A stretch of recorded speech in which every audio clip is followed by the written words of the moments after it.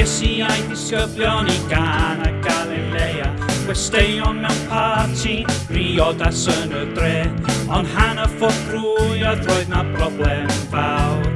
Nid oedd yna win yn y lle. Roedd y priod fab yn poeni a dwedodd wrth y trefnydd, bydd pawb yn siomedig yn o fi.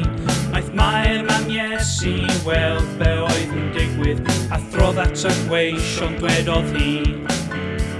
Beth bynnag mae o'n ofyn, cofiwch i fyddhau, gwrandwch a bob gair mae Iesu'n dweud.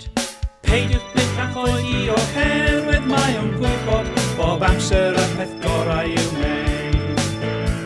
Dywedodd Iesu wrth ein chi'n gweld y chwedio garreg, llenwch nhw â dŵr, neis ei bod yn llawn.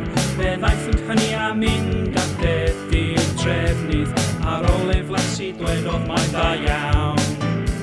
Does neb yn gallu credu bod gwyn o dda a gael, yn enwedig y priod fab, nad oedd ganddo ddim. Pwy oedd yn gwybod gallai Iesu neu weithiau, doedd na neb yn gwybod am ei rym.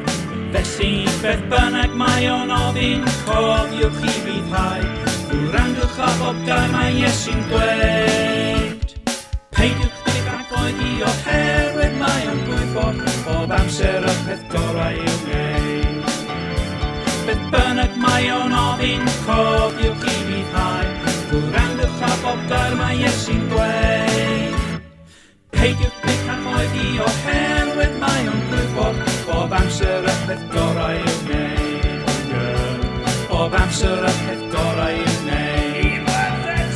Bob amser y peth gorau i'w wneud.